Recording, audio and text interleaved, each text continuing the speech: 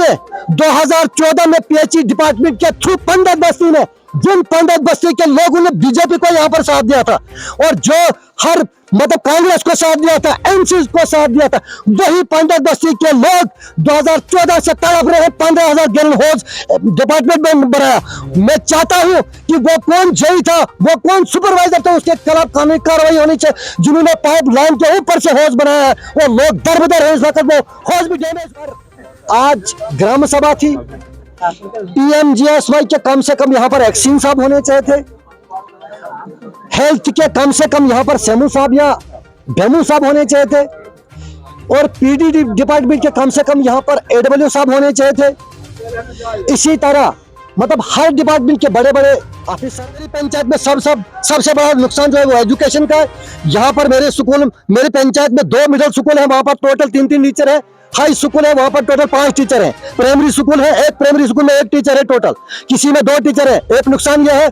दूसरा नुकसान जो पीडीडी है, जो पीडीडी डिपार्टमेंट, यहाँ पर कम से कम हमने बैक टू विलेज भी वो डिमांडें हमने रखी थी, और हर ग्राम सभा में हम ये डिमांड रखते हैं कि हमारी पंचायत में कम से कम 150-200 पोलों की जरूरत है, जो यहाँ पर दरख्तों के साथ, इस वक्त डिजिटल इंडिया है, दरख्तों के साथ तार लगी होती है। ये इस तरह से मुल्क बदनाम हो जाता है और स्टेट बदनाम। ये हिंदुस्तान बहुत बड़ा मुल्क है, इन्हीं चीजों से, इन्हीं बड़े बड़े अफसर साहिबान की वजह से हमारे मुल्क को बदनामी होती है।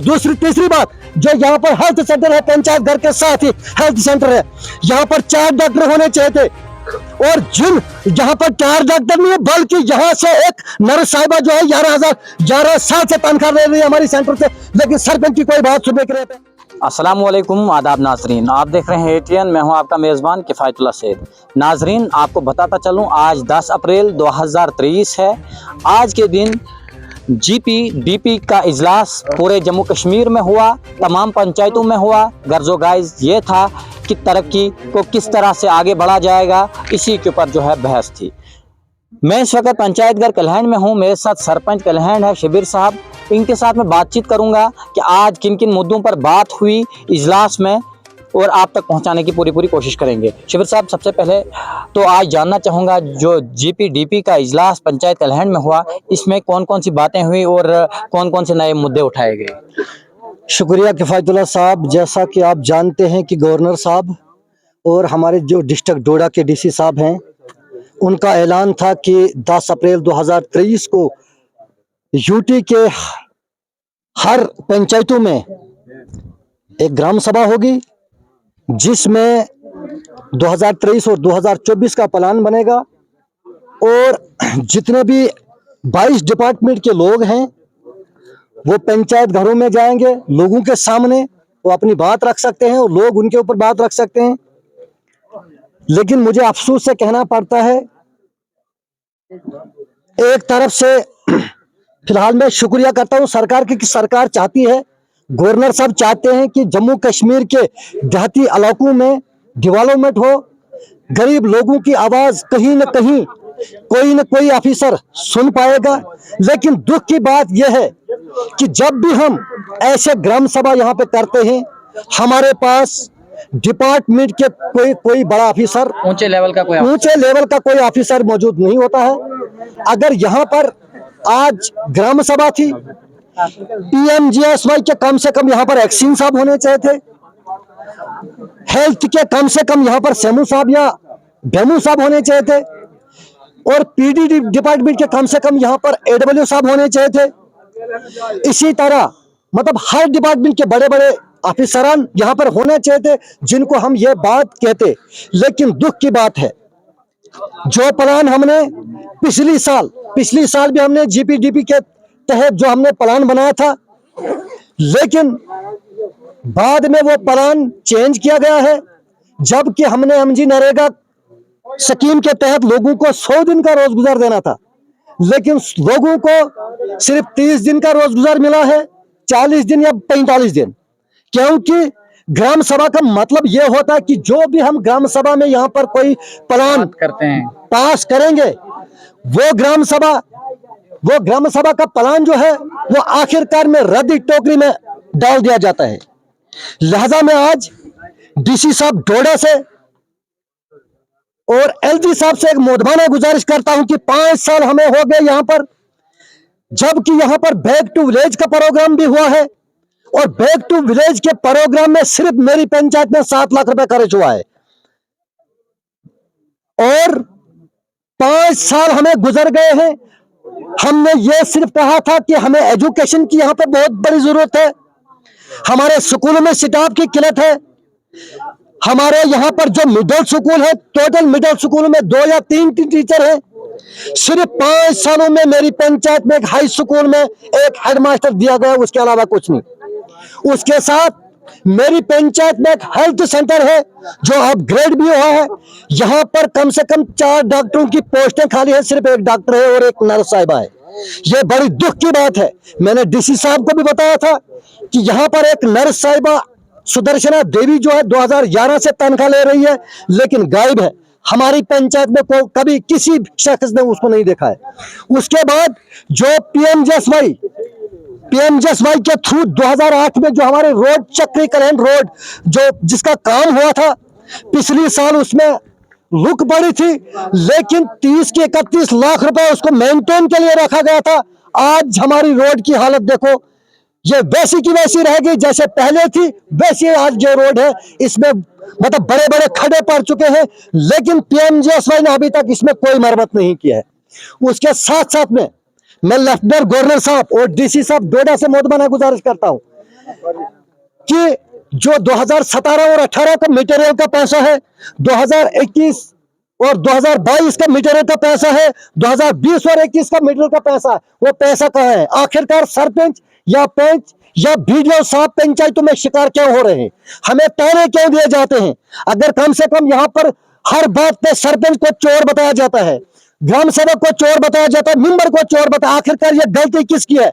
हमारा काम था, हमने मीटर चढ़ा दिया है, सिकल चढ़ा दिया है, क्योंकि ये गरीब लोगों का हक था, गरीब लोगों को मिलना चाहिए था। लेकिन 2017 और 18 की लायबिलिटी है, 2020-21 की लायबिलिटी है और 21-22 की लायबिलिटी।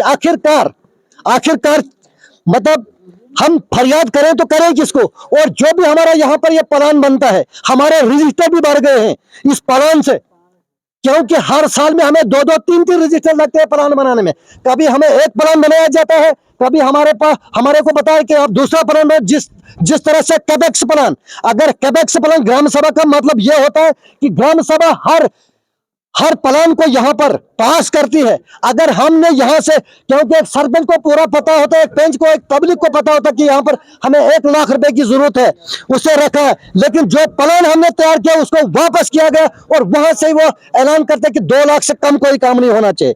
उसके साथ साथ में मैं आपसे कहना चाहता हूँ डीसी साहब और लेफ्टिनेंट गवर्नर साहब से, अगर आपने 59,000 जम्मू कश्मीर के पंचायतों के लोगों के लिए पीएमएवाई का टारगेट दिया गया है, और आज हमें क्या बताया गया, आप सिर्फ 10-10 मकान दे दो हर। अभी मैंने यहाँ पर देखा, मैं लोगों के सामने वजाहत करता हूँ, ऐसा न हो कि कल लोग मेरे ऊपर इल्जाम लगाएंगे कि सरपंच साहब हमें मकान नहीं मिले। आज इन्होंने सिर्फ बताया कि हर पंचायत से 10-10 मकान हमें दे दो। ये नया टारगेट है, ये नया टारगेट है। जिस तरह से रात को मैंने एक रूल पढ़ा है, हमने हर पंचायत से 10-10 मकान देने। अगर 59,000 मकान, जिस तरह से मोदी साहब का सपना था और मोदी साहब का ऐलान था कि हमने 2022 तक हम पूरे जितने भी जम्मू कश्मीर में जो भी गरीब लोग हैं, जिनको भी पीएमएवाई स्कीम के तहत आइडिया पर हम पूरे मकान खत्म कर देंगे। आखिरकार उन्होंने 2024 तक लिया है, लेकिन अगर 2024 तक लिया, अभी भी मेरी पंचायत में कम से कम 120 आइडिया जो है वो बनी है। गरीब लोग तड़प रहे, हर रोज हर घंटे के बाद मुझे फोन करते हैं गरीब लोग कि सरपंच साहब हमें कब पीएमएवाई मिलेगा। आखिरकार आज हमें इस 10 अक्टूबर को यह तोहफा मिला है कि सिर्फ हमें बताया 10 अप्रैल को हमें यह तोहफा मिला है कि हमें सिर्फ 10 मकानों की मतलब नाम देना वहां से। और इसके साथ साथ में सरपंच साहब 10 मकानों का टोटल इस साल देना है कि अब मिलेंगे ही टोटल 10 ही? सिर्फ 10 मकानों का बोला है कि 10 मकान आप दे दे। 10 मकान हम मतलब 3 वार्डों को हम कवर कर सकते हैं, क्योंकि अगर एक तरफ से अगर सरकार चाहती, मैं मानता हूं कि मोदी साहब इस वक्त सेंटर में काम कर रहे हैं, लेकिन मोदी साहब हर घर तक नहीं पहुंचेगा। मोदी साहब को चाहिए था कि वो डीशू के साथ, वो अपने जो लेफ्टिनेंट गवर्नर है मनोज सिन्हा जी, उनसे बात करे। मनोज सिन्हा को चाहे कि वो डीसी साहब से बात करे। अगर हमें पंचायतों में कैपेक्स 23 लाख रुपए आता है, लेकिन जो डिस्ट्रिक्ट में कैपेक्स कम से कम 7 या 8 करोड़ रुपए आता है, वो कहां जाता है? अगर एक सरपंच कहीं थोड़ी सी भी गलती हो जाती है, बराबर उसके ऊपर मीडिया चलाई जाती है, बराबर उसके ऊपर कानूनी कार्रवाई की जाती है। लेकिन हमारे डिस्ट्रिक्ट में 7 या 8 करोड़ कैपेक्स प्लान आता है, क्या हम उसके हकदार नहीं है? क्या हमारे ब्लॉक के लोग, हमारा ब्लॉक दाली उदयपुर या ब्लॉक गढ़ या मरमत या गुन्ना या भागवा, क्या ये ब्लॉक, इन ब्लॉकों को नहीं मिलना चाहिए डिस्ट्रिक्ट कैपेक्स प्लान? और इसके साथ साथ मैं कहना चाहता हूं, अगर जल शक्ति में हर पंचायत के लिए एक अलग सा बजट बना है, लेकिन कुछ चमचे जो है पीएचई डिपार्टमेंट के, जो कुछ लोग हैं, वो चाहते हैं कि पंचायतों में नुकसान हो जाए। अगर हर पंचायत, हर सरपंच ने अपने अपनी पंचायत के लिए प्लान दिया था, वो उसी पंचायत को फायदा मिलना चाहिए, बल्कि दूसरी पंचायत को उस जल शक्ति का कोई फायदा नहीं मिलना साहब, जैसे कि आपने जल शक्ति के बारे में बात की, अभी भी जो है कुछ प्रोजेक्ट को जो है दबाने की कोशिश की जा रही है, क्या वजह रही है? हम यहाँ पर खड़े हैं और मैं उन ठेकेदारों से मोदबाना गुजारिश करता हूँ, जिन ठेकेदारों को वो टेंडर मिले हैं, वो जल्द से जल्द इस जल शक्ति को खत्म करें। और इसके साथ साथ में मैं आखिर में एक बात कहना चाहता हूँ, मैं डीसी साहब डोडा, क्योंकि इस वक्त जो हमारे डीसी साहब बड़े ईमानदार लगते हैं, हर जगह वो जाते हैं, लेकिन उनको चाहे कि वो हर डिपार्टमेंट से बात करें, हर डिपार्टमेंट के जो बड़े बड़े ऑफिसर साहिबान हैं, उनसे बात करें क्या पंचायतों में फायदा मिलता है लोगों को। अगर ये एमजी नरेगा स्कीम यहाँ पर 2005 में लागू हुई थी, लोगों को 100 दिन का रोजगार में, इस साल 2022 के साल में लोगों को क्यों टोटल 30 दिन मिले, क्यों लोगों को टोटल 40 दिन मिले? एक सवाल यहाँ पर रहेगा, जैसे कि आपको पता है कि बायोमेट्रिक का सिस्टम जो है यहाँ पर 1 जनवरी से कर दिया गया था जम्मू कश्मीर में, उससे भी जो है बहुत सारे लोगों को नुकसान। आपके पंचायत में कितना नुकसान हुआ जो ऑनलाइन अटेंडेंस थी, इस वक्त अपलोड नहीं हो पाती थी? इस वक्त मतलब 10 अप्रैल है, याद रखें। मैं मीडिया के जरिए डीसी साहब को बोलना चाहता हूं और एसीडी साहब को डोडा से बोलना चाहता हूं कि इस वक्त 10 अप्रैल है। अगर 10 अप्रैल को हमने यहाँ पर प्लान तैयार किया है एमजी नरेगा में, लेकिन इसके एस्टीमेट दिसंबर या जनवरी में बनेंगे, ये हमें क्लियर पता है। क्योंकि एस्टीमेट एक जेई ब्लॉक में एक जेई होता, क्या करेगा वो जेई? ये एस्टीमेट जो है नवंबर दिसंबर में बनेंगे, फिर लोगों को नुकसान होना ही है। लिहाजा मैं डीसी साहब से मोदबाना गुजारिश करता हूं, सबसे पहले आखिर में चंद 2-4 बातें कहता हूं मैं। एक तो मेरी पंचायत में सबसे बड़ा नुकसान जो है वो एजुकेशन का है। यहाँ पर मेरी पंचायत में 2 मिडिल स्कूल है, वहां पर टोटल 3-3 टीचर है। हाई स्कूल है, वहां पर टोटल 5 टीचर हैं। प्राइमरी स्कूल है, एक प्राइमरी स्कूल में 1 टीचर है टोटल, किसी में 2 टीचर है। एक नुकसान यह है। दूसरा नुकसान जो पीडीडी है, जो पीडीडी डिपार्टमेंट, यहाँ पर कम से कम हमने बैक टू विलेज भी वो डिमांड हमने रखी थी, और हर ग्राम सभा में हम ये डिमांड रखते हैं कि हमारी पंचायत में कम से कम 150-200 पोलों की जरूरत है, जो यहाँ पर दरख्तों के साथ, इस वक्त डिजिटल इंडिया है, दरख्तों के साथ तार लगी होती है। ये इस तरह से मुल्क बदनाम हो जाता है और स्टेट बनता। ये हिंदुस्तान बहुत बड़ा मुल्क है, इन्हीं चीजों से, इन्हीं बड़े बड़े अफसर साहिबान की वजह से हमारे मुल्क को बदनामी होती है। तीसरी बात, जो यहाँ पर हेल्थ सेंटर है, पंचायत घर के साथ ही हेल्थ सेंटर है, यहाँ पर 4 डॉक्टर होने चाहिए थे, और यहाँ पर 4 डॉक्टर नहीं है, बल्कि यहाँ से एक नर्स साहिबा जो है 11 साल से तनख्वाह ले रही है हमारी सेंटर से, लेकिन सरपंच की कोई बात सुनने के लिए तैयार नहीं। चौथी बात यह है कि 2014 में पीएचई डिपार्टमेंट के थ्रू 15 बस्ती में, जिन 15 बस्ती के लोगों ने बीजेपी को यहाँ पर साथ दिया था, और जो हर मतलब कांग्रेस को साथ दिया था, एमसी को साथ दिया था, वही 15 बस्ती के लोग 2014 से तड़प रहे हैं। 15,000 गैलन होज डिपार्टमेंट में बनाया। मैं चाहता हूं कि वो कौन जेई था, वो कौन सुपरवाइजर था, उसके खिलाफ कानूनी कार्रवाई होनी चाहिए, जिन्होंने पाइप लाइन के ऊपर से होज बनाया है। और लोग दर-बदर है, इस वक्त वो होज भी डैमेज हो चुका है। और मतलब आज वहां पर मलना और हांस लाइन के स्कीम से जो कनेक्शन वहां पर पड़ता है, डायरेक्टली पानी चलता है कल्याण पानी बस्ती के लोगों को। 2 साल 3 साल गुजर जाएंगे, वो पानी भी बंद कर सकते। आज उसकी टेंडर लगे थे, उस पाइप स्कीम के टेंडर लगे थे, मैंने एक्शन साहब को पांव पकड़े, जेई साहब को पांव पकड़े, एडब्ल्यू साहब को पांव पकड़े कि भाई अगर वो पाइप का काम इस वक्त चल रहा है, कम से कम होज से पीछे, अगर आपने पाइप लाइन के ऊपर होज बनाया तो उस पाइप लाइन को कम से कम होज के पीछे एडजस्ट करके उनको, ताकि हमारी पंचायत के मजलूम लोग जो है सफर नहीं होंगे। दूसरी बात मैं यहाँ से ये कहना चाहता हूँ मोदी साहब को और लेफ्टिनेंट गवर्नर साहब को कि जो आपने पीएमएवाई का टारगेट हर पंचायत में 10 मकानों का दिया है, ये चलने वाला काम नहीं है। कम से कम हमें इस साल कम से कम 50-60 मकानों का टारगेट मिलना चाहिए, ताकि तब जाके हमारे गरीब आवाम मतलब एडजस्ट हो पाएगी। और इसके साथ साथ में अगर आप नरेगा को खत्म करना चाहते हैं, अगर आप नरेगा को खत्म करना चाहते हैं, ये बहानाबाजी आप बंद करें।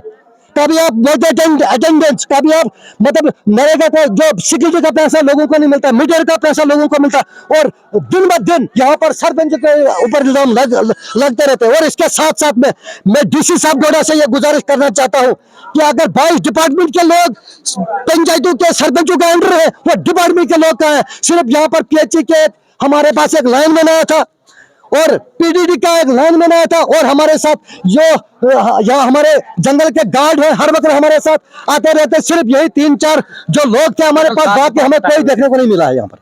शुक्रिया शबीर साहब। खुदा हाफिज। सरपंच साहब, जो आपने कहा, जो हम यहाँ पर जैसा कि आपने देखा कि ग्राम पंचायत यहाँ पर GPDP का जो प्रोग्राम हुआ, इसके थ्रू जो है हमने सरपंच से बात की। इन्होंने कहा कि 17, 18, 18, 19, 20, 21 और 22, 23 का जो अभी तक का जो मटेरियल है पूरी तरह से जो है पेंडिंग में है और लोग जो है सफ़र कर रहे हैं। उसके साथ साथ में जो नया प्लान आ जाए है PMAY का, उसमें जो है साफ तौर पर गाइडलाइन निकाल दी गई है कि सिर्फ और सिर्फ एक पंचायत में अब 10 ही PMAY मकान मिलेंगे। साथ साथ में अगर मैं बात यहाँ पर करूँ कैपेक्स बजट की, कैपेक्स बजट के ऊपर भी सरपंच ने बात की, बताया कि अगर एक पंचायत में 23 या 24 लाख कैपेक्स का मिलता है तो उसके इवज जो डिस्ट्रिक्ट होता है उसमें 30 या 40 करोड़ मिलता है। क्या उस 30 या 40 करोड़ में जो पंचायतें होती है उनमें कोई शेयर नहीं होता है? सरपंच साहब के साथ हमने बहुत सारी वार्तालाप की। आपसे गुजारिश है कि आप इस पूरी वीडियो को जो है अंत तक देखें और दूसरे लोगों तक पहुंचाने की कोशिश करें।